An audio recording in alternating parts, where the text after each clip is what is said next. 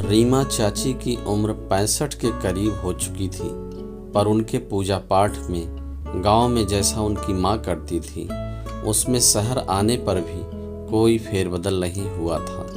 जमाना तो बदल गया, लोगों के रीति रिवाज भी बदले, पुरानी बातें छूटती चली गईं और नई बातें लोगों के दिलो दिमाग में जगह बनाती चली गईं। पर रीमा चाची 5वीं पास होने के और बीए पास बेटी की मां के बावजूद वहीं की वहीं रही। रीमा चाची का असली नाम बहुत कम लोग ही जानते थे। उनसे बड़ी उम्र के लोग भी उन्हें चाची कहकर ही पुकारते थे। चाची जब से इस शहर में इस घनी बस्ती के टेढ़े सीधे 5-6 मंजिले मकान के 2 कमरे के घर में आई थी, तभी से उनका पूजा पाठ का सिलसिला शुरू हो गया था। उनमें रीमा चाची को बहुत बल मिलता था कि देवी देवताओं की पूजा करने से ही उनको पैसा मिले। चाची के घर में भी कमरों की दीवारों पर भी तमाम देवी देवताओं की मूर्तियां लगी हुई थी। एक कमरे में उन्होंने एक मंदिर भी बनाया हुआ था। अलग अलग देवी देवताओं की पूजा करने का तरीका भी अलग अलग था। कितनी ही देवियों, हनुमान, शनि देवता भरे हुए थे। किसको किस चीज़ का भोग लगाया जाना चाहिए यह बात चाची अच्छी तरह जानती थी। हर पंडित आता और दक्षिणा ले जाता। चाची के दोनों बच्चे जब छोटे ही थे तब से वे बाहर जाते तो चाची रोक कर उन्हें लेती, चुटकी भर राख उठाती और बारी बारी से दोनों को चटा देती। चाची का ध्यान लड़की की शादी की ओर था, जिससे वे बहुत परेशान थी। बेटी ने अपनी पसंद के एक जाट लड़के से शादी की थी और जात में चाची की खूब छेछलीदर हुई थी। उनकी बेटी ने अपनी जिंदगी का जो फैसला कर लिया था, ये फैसला भी चाची की देवी देवताओं की पूजा के बावजूद उल्टा रहा। पर आज भी वे शानू की गृहस्थी को लेकर बहुत दुखी थी। शानू और उसका मर्द अच्छा कमा कर लाते थे और बिना पूजा पाठ किए रहते थे। चाची को डर लगता था कि इसका बुरा नतीजा होगा। कई पंडित कहकर जा चुके थे। उनके यहाँ ब्राह्मण पंडित जो नहीं आते थे, पर जो आते हैं 100-200 रुपए लिए बिना जाते नहीं थे। चाची का बेटा अपनी बहन सानू से बड़ा था और उस समय लड़की की शादी के बाद चाची और पूजा पाठी हो गई थी कि कहीं लड़का किसी ईसाई या मुसलमान लड़की को न ले आए। उसकी फैक्ट्री में कई लड़के लड़कियां काम करते थे। बेटी की दूसरी जाति में शादी करने के बाद चाची के दिल में एक कसक पैदा हो गई थी। चाची ने जी तोड़ कोशिश भी की, कितने ही तीर्थ किए, साधु संतों से मिली, मंदिरों में गई, देवी देवताओं के आगे नाक रगड़ी, पर अभी तक सुधेन की अपनी जाति में शादी नहीं हो सकी थी। सुधेन एक दिन भगवती नाम की लड़की को लेकर आया, तब उन्हें लगा कि उनकी तपस्या पूरी हो गई है। साक्षात देवी ही बहू बनकर उनके घर हमेशा के लिए आ सकती है। पर वह खुशी भी चाची की वजह से ज़्यादा दिनों तक कायम न रह सकी। चाची ने भगवती की पत्री आने वाले पंडित को दिखाई। उसने कहा कि 50,000 रुपये खर्च करके इस लड़की के ग्रह को ठीक कर सकते हैं। सुधेन ने बहुत सिर पटके, पर चाची टस से मस नहीं हुई थी। भगवती किसी और की हो गई। भगवती पढ़ी लिखी थी, वह ढकोसलों का भार क्यों सहन करती। अब सुधेन हमेशा उदास रहता या फिर रोने लगता। कुछ महीनों बाद सुधेन ने दूसरे शहर में जाकर नौकरी कर ली। चाची अकेली रह गई। चाची अब फिर से बिना किसी रोक टोक के पूजा पाठ में लग गई कि सुधेन की शादी हो जाए और वह उन्हीं के साथ रहने लगे। इस दौरान रीमा चाची ने दान दक्षिणा में काफ़ी कुछ बांटा था, पर पड़ोस में उनकी किसी से नहीं बनती थी। इसलिए सब पड़ोस के किसी बाबा की समाधि पर बांट आती और उनके घर में कोई नहीं आता, न किसी के घर में जाती। जबकि उसके घर में 5 मंजिलों में 12 परिवार रहते थे। एक दिन प्रयागराज के एक बाबा के मंदिर के पुजारी आए। चाची उस बाबा को बहुत मानती थी। हजारों लोग वहाँ जाते थे, कुछ तो जमीन पर लौट कर जाते थे। पिछड़ों के ये बाबा देवता बन चुके थे, पर पुजारी ऊंची जाति वालों की तरह ही होते हैं, मौज करते हैं। उन्होंने चाची को कहा कि खास पूजा करोगी तो सुधेन भी घर लौट आएगा और शादी भी हो जाएगी। एक दिन तय कर दिया गया। चाची उस दिन सवेरे ही सोकर उठ गई थी।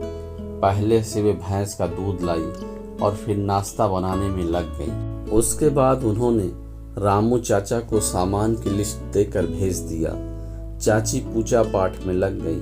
उन्होंने स्नान किया और फिर कपड़े बदलकर गोबर से 1.25 हाथ जमीन लीप दी।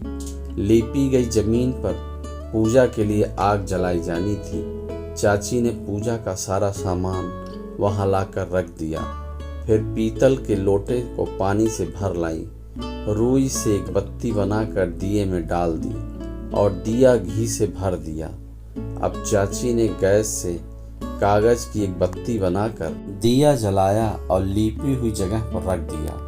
फिर चिमटे की मदद से उसको फोड़कर उसी के ऊपर गाय का घी डाल दिया। वह हवन की सामग्री डालने लगी। साथ ही साथ एक मंत्र भी बुदबुदा रही थी। कुछ पलों के बाद दिए में हल्की सी लौ निकली, पर हवन कुंड वहां से कुछ दूर पर था। वह जो जला नहीं, वह दीपक माचिस से जलाया जा सकता था, पर चाची के ख्याल से उसे बाबा की शक्ति से जलना था। चाची ने दिए से घी निकाल कर कुंड पर छींटे लगाए ताकि वह दिए की लौ को अपने आप पकड़ ले। दिए में भी लबालब घी भर दिया। वह घी बहने लगा और हवन कुंड तक भी पहुंच गया, और साथ ही गोबर और घी की वजह से आग भी हवन कुंड में पहुंच गई। चाची की कामना पूरी हो गई। फिर उन्होंने पीछे खिसक कर पास रखी बाबा की मूर्ति के चरणों में सिर झुका दिया। बोतल से घी निकालकर चारों तरफ छींटे लगाए। बाबा की प्यास बुझाने के बाद जय बाबा की कहते हुए पानी की एक बोतल उठाई जो सूरज को चढ़ानी थी। चाची ने पहले दरवाजा बंद किया और सूरज को पानी चढ़ाने 5वीं मंजिल पर चढ़ने लगी, पर बोतल का पानी एक लोटे में डाला और फिर लोटा टिकाकर चाची सूरज की ओर मुंह कर एकाएक बूंद पानी कंजूसी के साथ जमीन पर गिराने लगी। वे कुछ बुदबुदाती जा रही थी। उधर चाची ने जो घी हवन कुंड के चारों ओर गिराया था वह गर्म होने पर पिघल कर बह निकला था। ज्यों-ज्यों घी पिघलता गया आग भड़कती गई। पलंग पर पड़े कंबल का किनारा कुछ थोड़ा नीचे लटक रहा था। आग ने ज्यों ही उसे पकड़ा, भयानक रूप धारण करके पलंग पर चढ़ बैठी। वहां फैले कपड़ों में बाबा की शक्ति तेजी से दौड़ने लगी। पलंग के कपड़ों को झुलसाने के बाद शक्ति ने चारों ओर नजर दौड़ाई। पलंग की एक तरफ दीवार पर एक रस्सी बंधी थी जिसके ऊपर खेस, दरी, लिहाफ और दूसरे कपड़े टंगे थे। अब बाबा की शक्ति की नज़र रस्सी पर टंगे कपड़ों पर पड़ी जो वह तेजी से उसी ओर बढ़ गई। बिजली की तेजी से वह कपड़ों को झुलसाती हुई सरपट दौड़ती चली जा रही थी, मानो बड़ी कोशिशों के बाद उसे यह मौका मिला हो। वह अपना एक पल भी बेकार नहीं करना चाहती थी। रस्सी के ऊपर की एक छींटा टंगा था। इस छीके पर खाने के तेल से भरी प्लास्टिक की बोतल रखी थी। देवी ने एक झटका इस ओर भी मारा। रस्सी जलने के बाद तेल की भरी बोतल जमीन पर गिरकर टूट गई। तेल चारों ओर फैल गया और जमीन पर पड़ने की अग्निदेवता और भी भड़क उठे। आग धधक कर जल उठी। जिस ओर वह करवट बदलती सब कुछ चौपट करती चली जाती। लकड़ी का संदूक जो कपड़ों और गहनों से लदा था धू धू करके जल उठा। प्लास्टिक की कुर्सी में आग लग गई। देवी के तेवर अब भयंकर रूप ले चुके थे। घर के किसी भी सामान को वह छोड़ना नहीं चाहती थी। वह तो सब कुछ स्वाहा करने पर तुली थी। चाची उधर सूर्य देवता को पूरी तरह खुश करने में मगन थी। इधर घर में बाबा की शक्ति का यह हाल था कि वह एकाएक सामान को ढूंढ ढूंढ कर राख करती चली जा रही थी। चाची जब उतरी तो देखा कि जंगले से होकर धुआं निकल रहा था। वे जल्दी जल्दी आगे बढ़ी और दरवाज़ा खोला। वहाँ का नज़ारा देखते ही वे गिरते गिरते बची। उन्होंने पड़ोसियों को चीखते हुए आवाज़ें दी। चारों ओर धुआं फैलने लगा था। सारे मकान के लोग अपने अपने घरों से निकलते हुए बाहर भागे। दरवाज़ा खुलने पर पवन देवता घर के अंदर दाखिल हुए तो बौखलाई हुई शक्ति पवन के ऊपर सवार होकर आग बुझाने वालों को भी झुलसाने लगी। लोग आग के ऊपर पानी डाल रहे थे। शहरों में पानी होता कितना है, घर में 2-3 बाल्टी पानी की कोई आग बुझती है क्या? आदमी, औरत और बच्चे सभी आग बुझाने में लगे हुए थे। कई लोग आग की चपेट में आ गए थे। अचानक देवी ने तेवर बदले वह जंगले के रास्ते से जीभ लपलपाती घर की पहली मंजिल के मकान पर पहुंच गई। आग की शक्ति अब बंद कमरे से निकलकर दूसरी मंजिल, तीसरी मंजिल पर लपलपाने लगी। फायर ब्रिगेड को फ़ोन किया गया, पर उन्होंने कह दिया कि वे उस गली में घुस तो नहीं सकेंगे, उन्हें पहुंचने में भी आधा घंटा लगेगा, क्योंकि सड़क पर भारी भीड़ है।